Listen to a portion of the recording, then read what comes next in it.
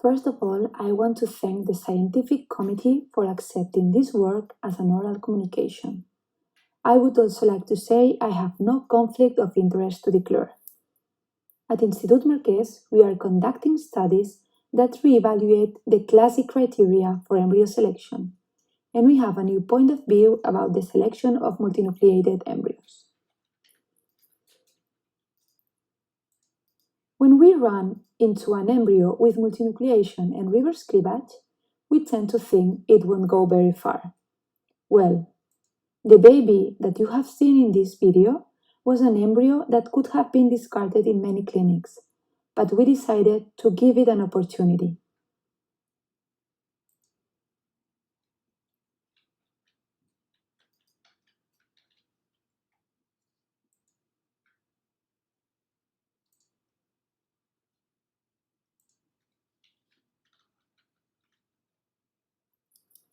Thanks to time-lapse technology, static evaluation is being replaced by a dynamic assessment of the embryo's development.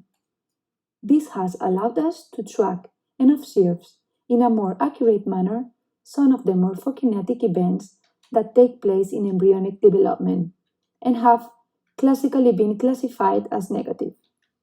Some of these events are fragmentation, cell asymmetry, reverse and direct cleavage, blastocyst collapse, and multinucleation. Our line of research is showing that some of these formerly unknown embryo development features may suggest an ability for the embryo to auto-repair.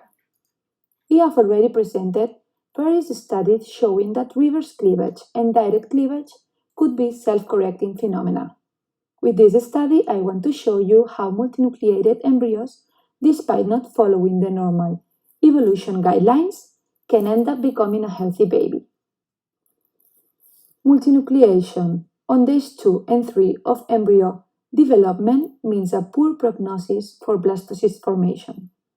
Literature on this describes a relationship between multinucleation and an increase in aneuploidy rate as well as a low implantation potential, making these embryos the last option to transfer or vitrify.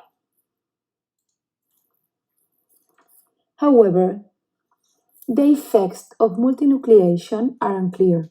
Therefore, we wanted to analyze the morphokinetic evolution of embryos containing multinucleated blastomeres and their clinical outcomes.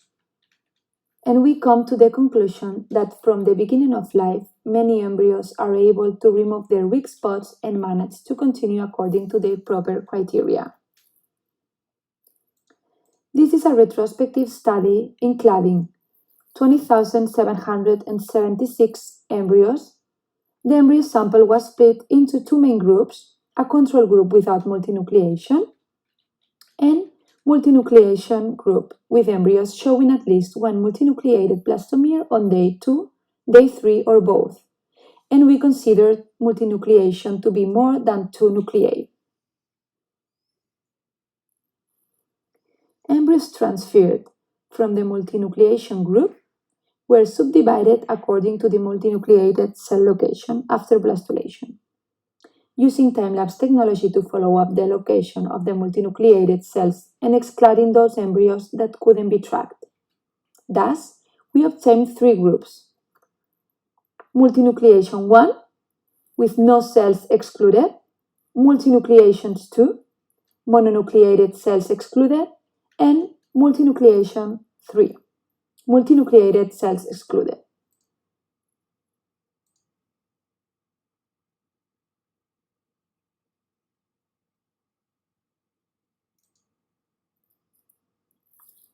This table shows the multinucleation appearance times and quality of the blastocysts distributed by groups. There are no differences between them.